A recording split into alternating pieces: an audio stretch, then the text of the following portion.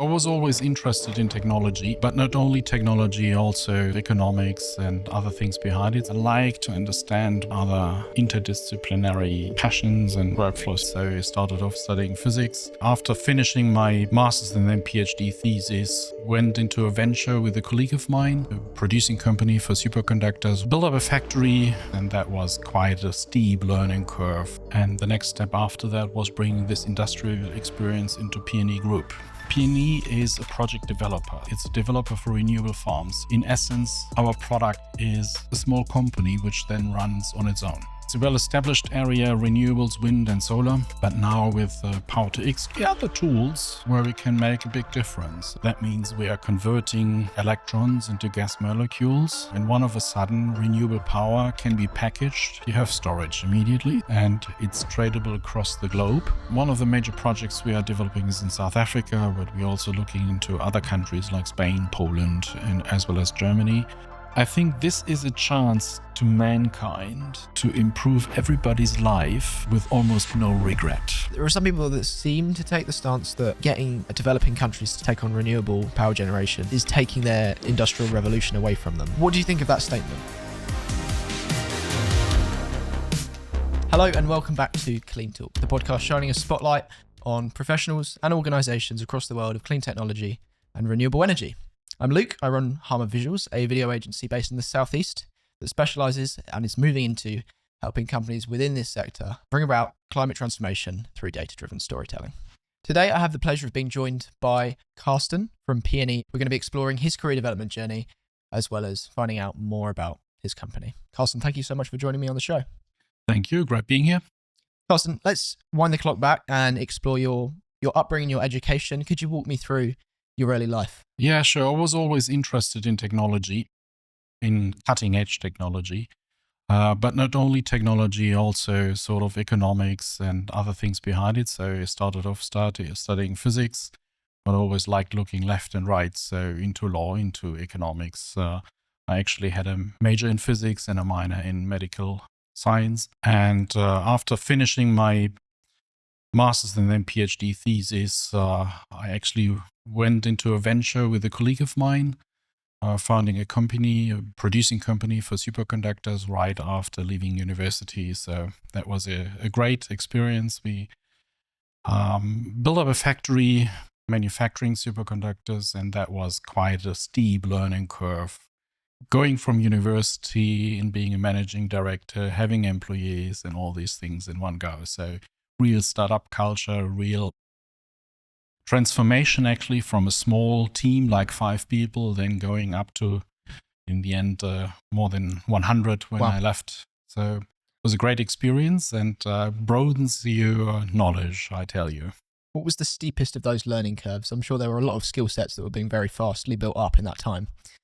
It's the mixture of the different things you learn. When you go to university, well, you're skilled and trained in whatever is in this topic, but you don't get the soft parts. So how do you deal with people?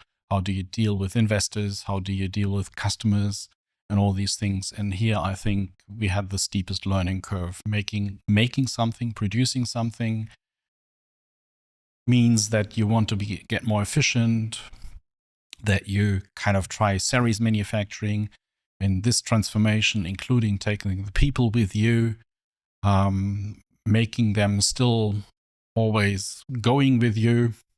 That's one of the big challenges, as well as on the customer side, making sure the customers follow you, going into new, territories actually. So because it's new technologies.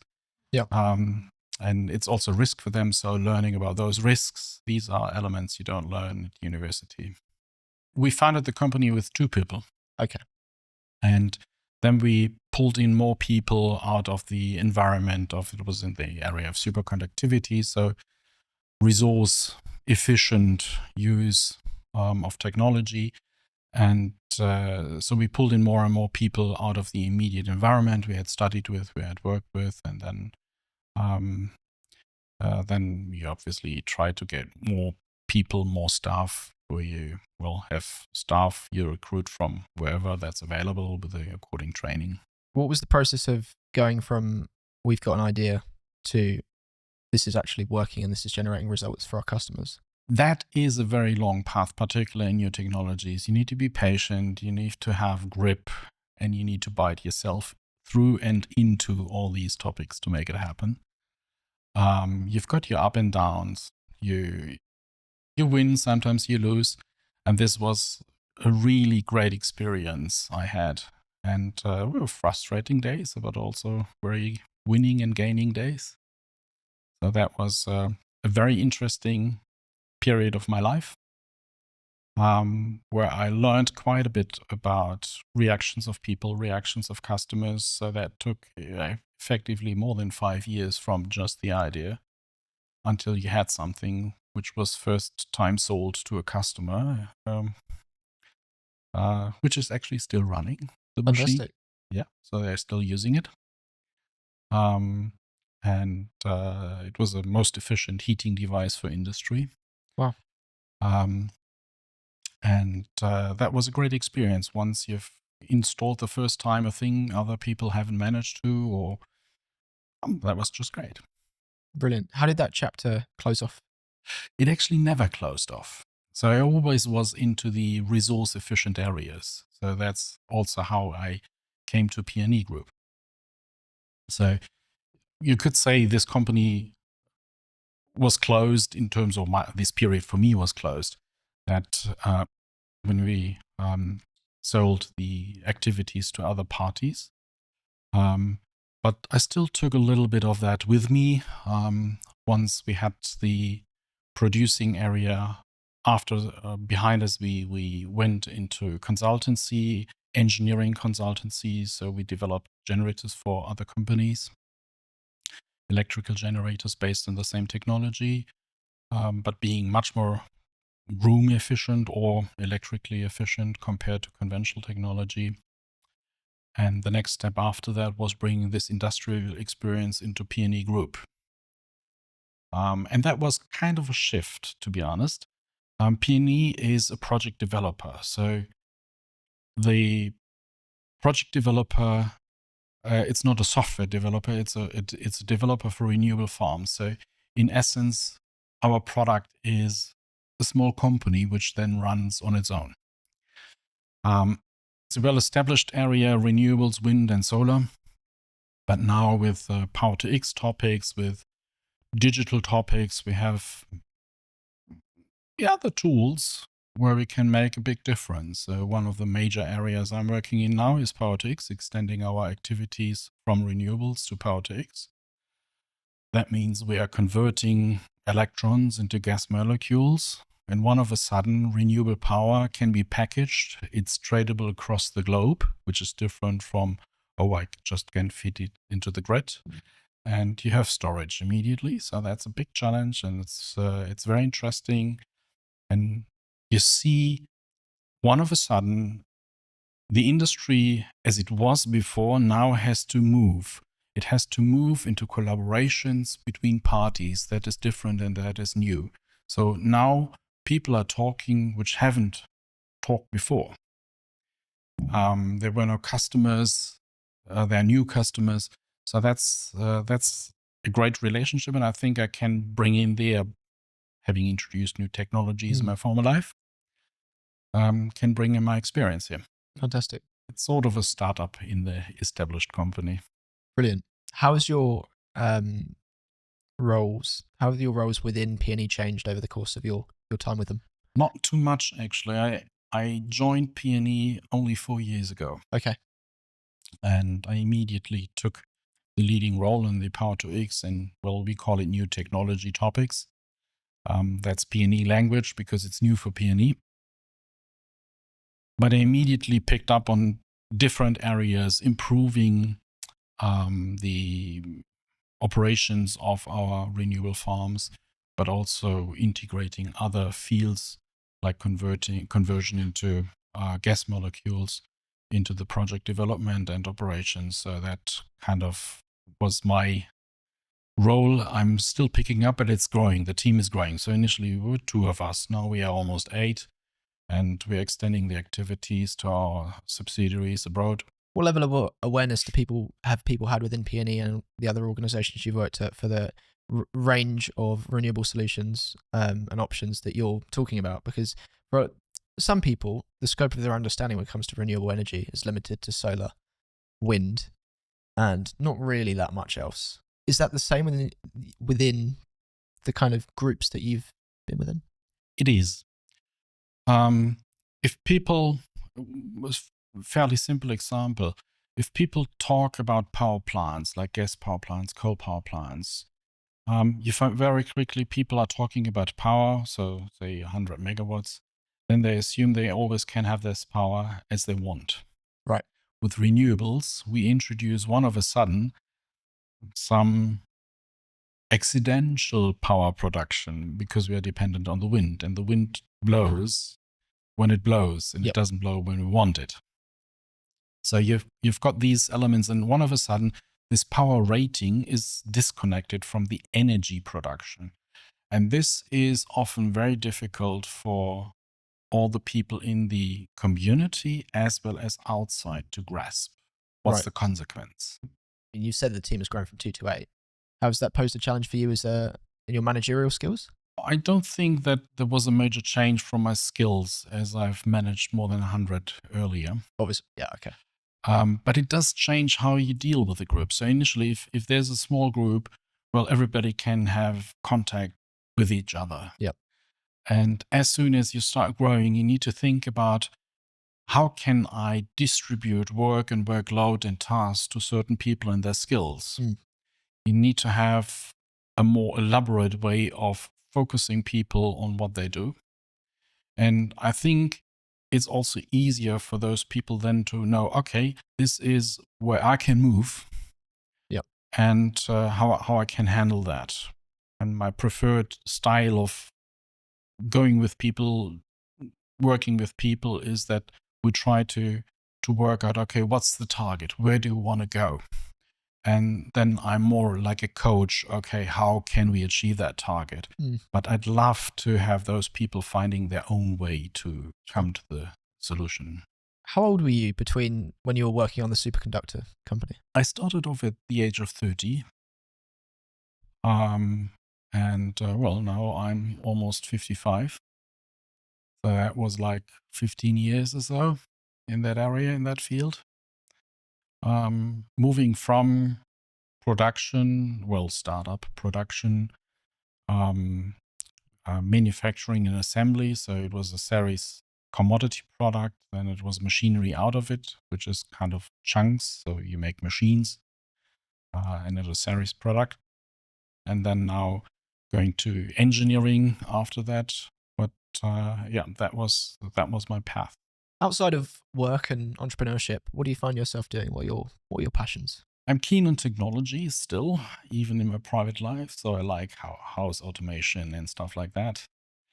I like dealing with the efficiency and kind of control wherever I want. And then in terms of sports, mountain biking, downhill. Yes, so that's a real passion of mine. How long have you been doing that? I started off in 2015 with that. Excellent. With my first full e-bike, as I'm sort of lazy going uphill. Yeah.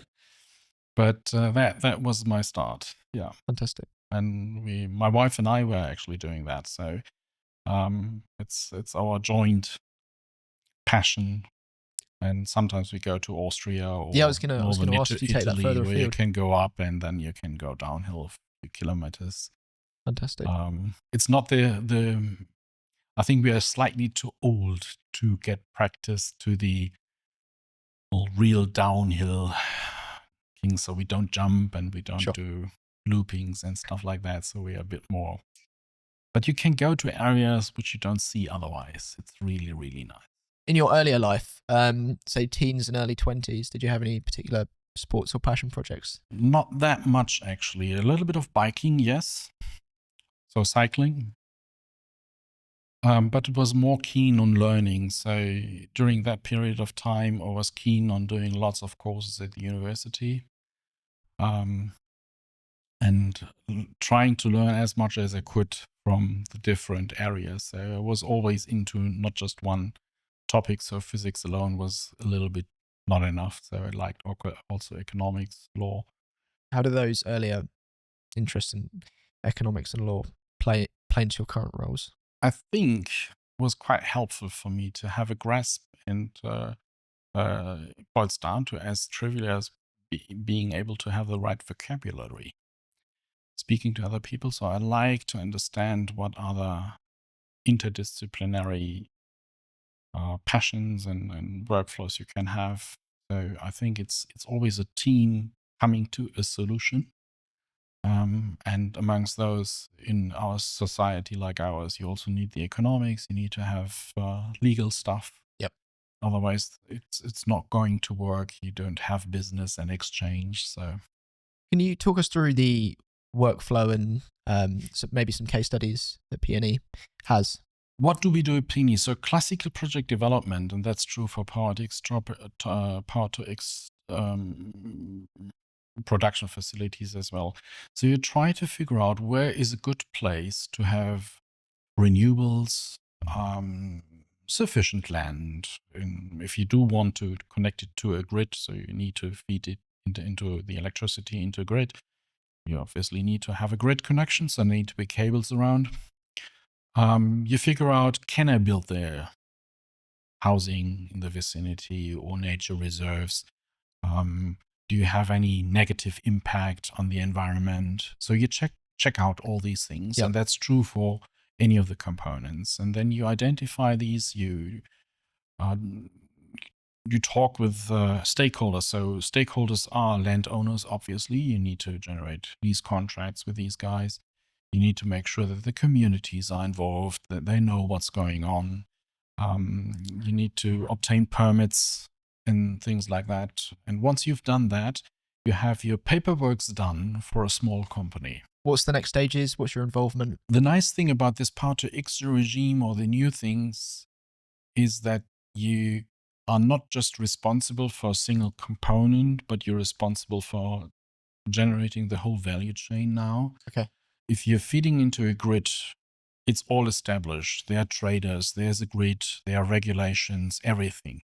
Now, with the Power-to-X regime, it's quite different. So there's no existing regulation. There is no established way on how you trade the products because it's not known. It's new. So nobody's currently buying green hydrogen from, say, Africa. Sure. So, and you need to involve the whole value chain here. So you need to look at, we call it off-taker, that's the user of the green hydrogen. You need to involve investment banks, you need to involve investors. So it's a whole lot you have to involve, but at a certain order to make actually this small firm work. What are you doing throughout this process, and what tasks are you delegating off to other people?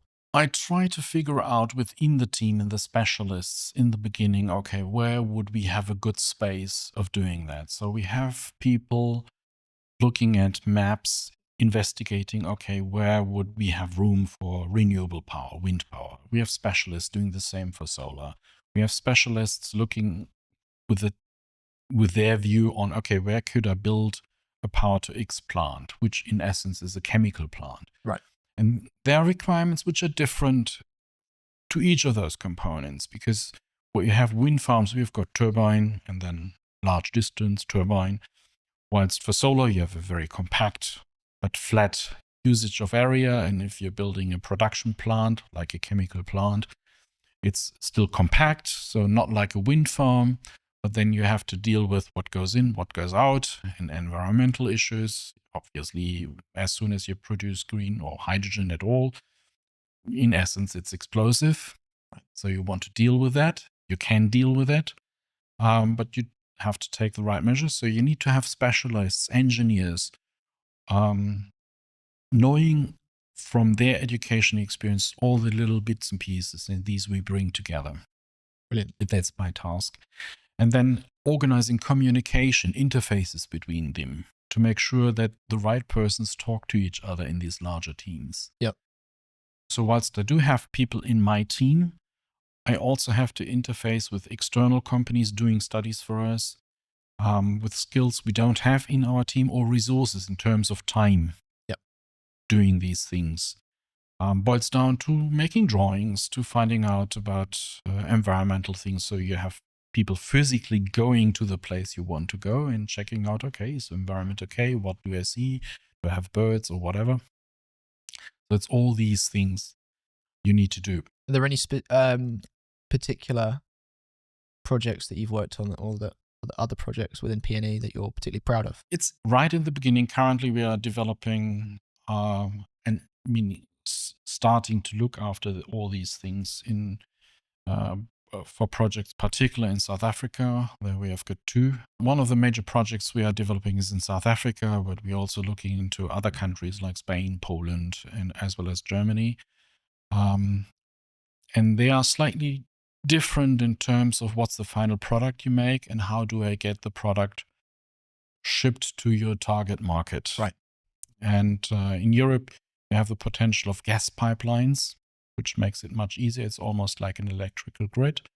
But if you're talking about a country like South Africa, then you need to have a harbor and you need to make slightly different products which can go onto ships. With the working across different countries, is there any, not necessarily technical, but cultural challenges that you have to deal with in their approaches? There certainly are. I find that most people are more alike than they would like to hear it. Okay.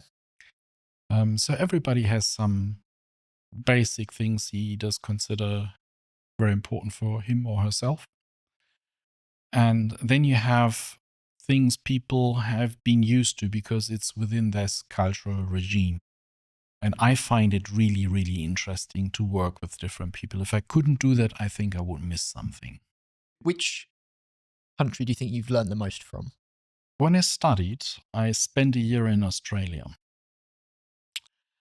I wouldn't say I have learned most from Australia. So it's not a country I learned from, it's people I learned from. Interesting. Okay. And as soon as you get in touch with different cultures, and here Australia was kind of the British Commonwealth style, a bit more relaxed than the guys in the UK. But also you have Asian influence, you've got German influence, but mixed into a cultural difference environment compared to what we've got in Germany. It's more relaxed. So that was something where I learned quite a bit of lessons. What is there to learn from more relaxed people? I'm intrigued. Sometimes it's good just to wait a bit longer and see how things evolve instead of taking immediate action. And sometimes you need to take immediate action, so things need to get going. And finding the right balance for that is a challenge. But one of the things, if you approach whatever you do a bit more relaxed, is that you are still enthusiastic, you are still committed, but it's easier to have no bad feelings if something goes wrong. Right. And that makes or gives you the ability to find a quicker solution, actually. The lay public is exposed to like targets when it comes to renewable energy, and that kind of drives or is central to the narrative around renewable energy. What's it like on the inside? On the inside, as a company, you're setting your targets according to the market. So you're investigating yourself, where's the market for me as a company? And what's your potential? And weighing this against the risks you're entering. So, and what we find now in the renewable market is that there is an immense need of renewables because we want to decarbonize. We want to avoid the damages done by CO2 and other environmental issues. So one of the objectives is then to increase the use of renewables. And to follow that market and the demand, you need to grow. And when I joined PNE, we were around 350 people. Now we are more than 600. Wow. And so you have to change, you have to transform the organization, you have to get more efficient, you have to establish pathways so the right people talk to each other in the right time frame. And everybody knows what he does, because it's same in a small team. In a small team, if you're like 2, 3, 4, 5 people, everybody can talk to each other and everybody is informed. Yep. But as soon as you grow, it doesn't work that way anymore. No. But still, you need to give everybody his targets. You need to give him the freedom to do what he needs to do, and also the objectives and tasks, so that he can do what's expected from that person. And this is true for the whole organization. So we identified the markets we want to go to, we identified our growth targets, and build up a strategy on fulfilling them. Building mini companies essentially in different regions. How have you seen a kind of change in the public, maybe depending on your level of sort of involvement in it, a change in the country's narrative around renewable energy? Does that have an impact on the success of a project? It certainly has. If countries are more in favor of renewable power, or if there are external factors, then this narrative around it changes the view on it. Have there been any regions you've identified that are more encouraging and sort of on with the momentum of it, or are there others that have been less so? It's a strong dependence on the area. So there's one thing across the different countries in the world, you have fairly good renewables available, but what you want to go for is the real good places. So if you think about areas like Scandinavia, brilliant wind, but obviously no sun, or well, not that much. Yeah. Spain is completely different. You've got wind and solar. Italy is more on the solar side, for example. So you have to cater for these things. What happens is that people need to understand why they should have these renewables. So what's their benefit? Sure. How do they gain from it? And that's a very local thing. What's been your sort of experience of transitioning between like a detail-focused guy to a large kind of macro perspective? Speaking for myself, I always had this double role, because if you build up a startup, or if you grow a team, you have to go into detail to a large extent, and at some stage change your role. And that's sometimes difficult because you're withdrawing from very interesting things on the detail level, and let your colleagues solve these issues how they would do it. It's not necessarily the same way as I would do it. Sure. But in sort of delegating these things to others, you have to accept that they have their way. And instead of pushing towards your own way and suppressing them, then it's up to you managing these people, making it most efficient their way.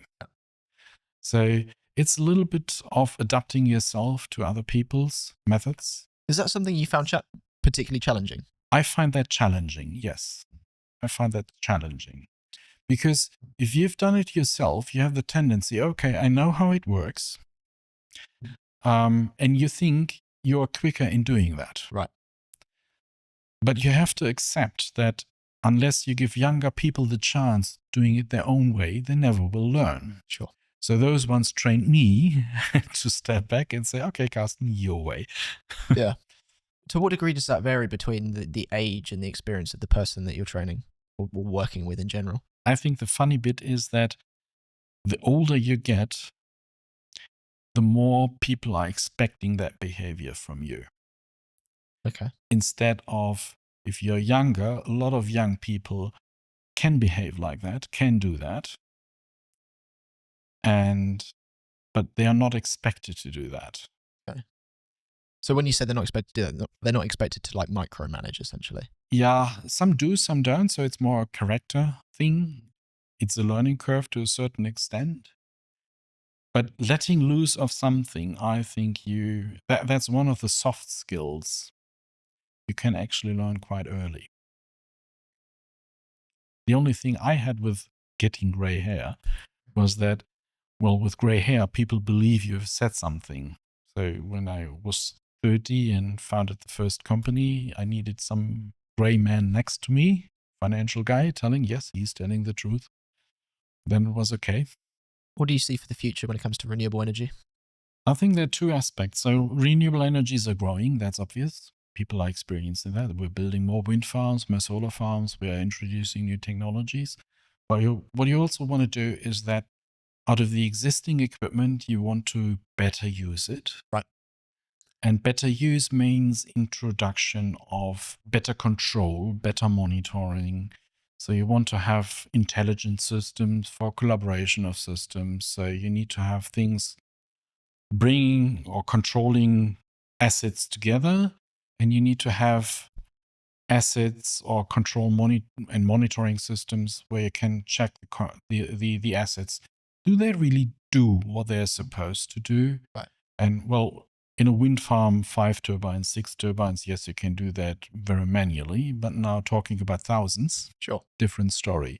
So we need to introduce other ways of keeping those decentralized production plants under control and monitoring them, keeping them up to health so we can get most out of it. The role of software at the moment is quite heavily to extend the life of the older hardware. Would you say that?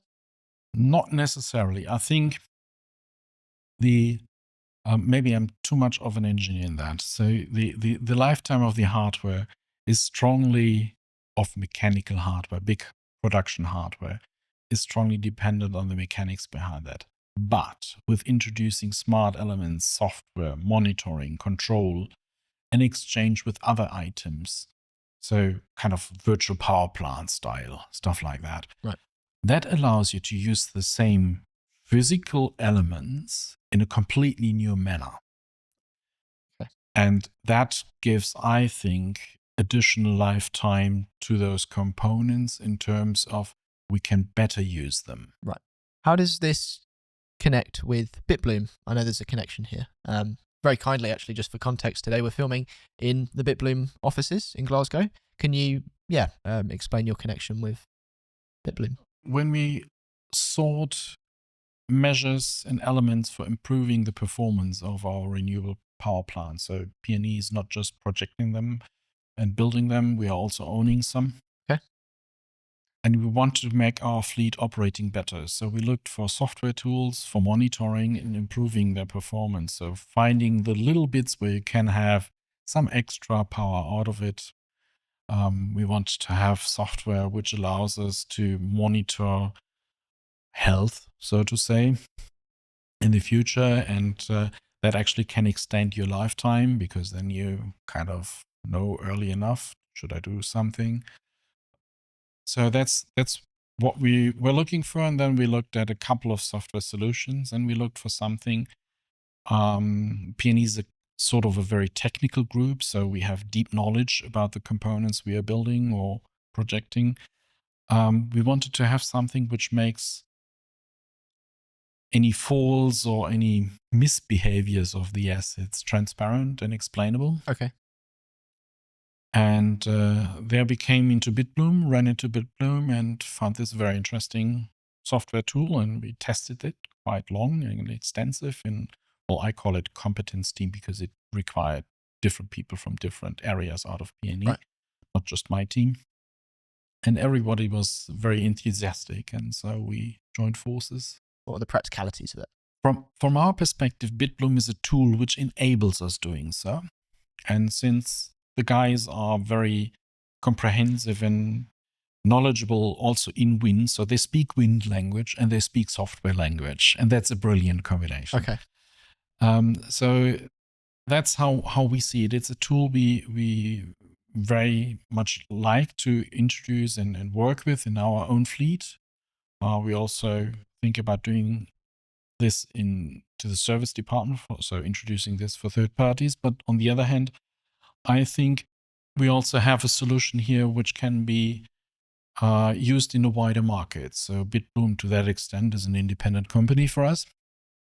And we like the Bitbloom team to grow and bring higher income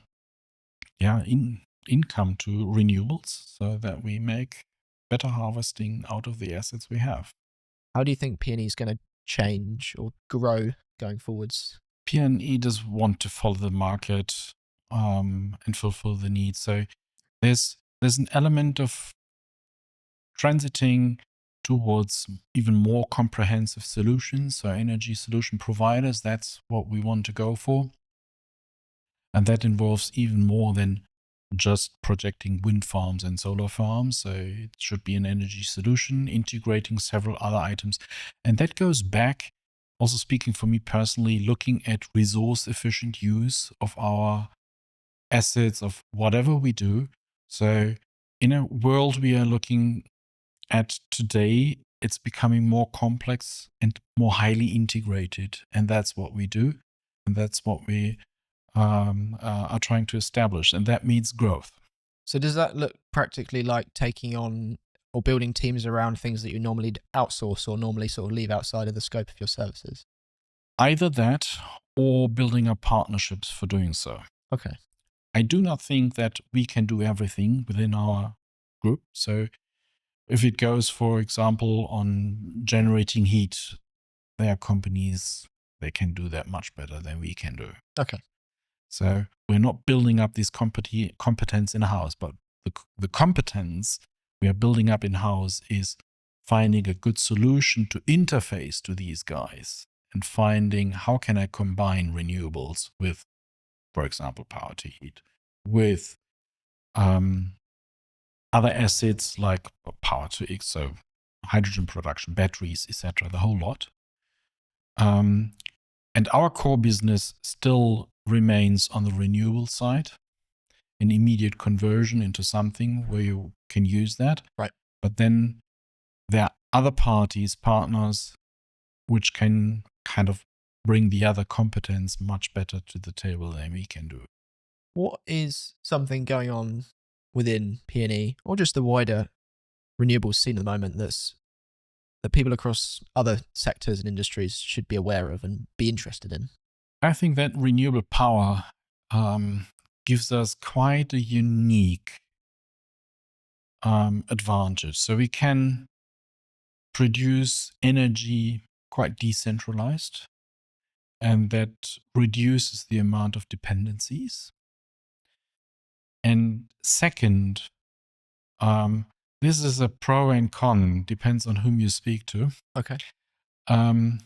Instead of having one single power plant, now everybody has a little bit of power plant in his backyard, be it Right. a rooftop solar plant or some wind farm which is visible. Not everybody does like that. I understand that. Albeit I like it. I'm machine addicted. And I find it a great achievement what mankind can do. But I think it's also kind of a clean and very efficient way of producing energy. In essence, we are using solar energy by that, be it wind or solar PV. It's always coming from the sun. It is brilliant to look at a clean energy element like renewables. It allows us to have a very low impact on Earth way of producing energy. It allows people to have energy who don't have energy currently. I think this is a chance to mankind to improve everybody's life with almost no regret.